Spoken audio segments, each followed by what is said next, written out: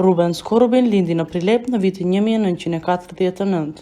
Ai u diplomua në Fakultetin e Arteve të Bukura në Beograd në vitin 1974.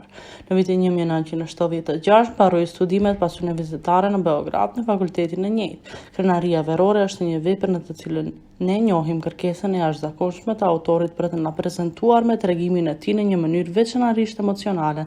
Në cepin e poshtëm të majt ka një siluetë, një peizazh i mashkull që shikon vajzën e re duke kërcyer në bar.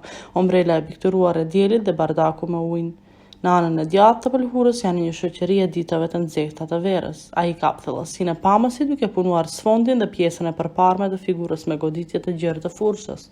Në pjesën qendrore të pëlhurës është imazhi një vajze të re, të gjysmë zhveshur me një fustan të lehtë veror që asocion rinin, bukurinë, lumturinë. Njeriu dhe lëvizja e tij kanë qenë gjithmonë një temë qendrore në punën e tij.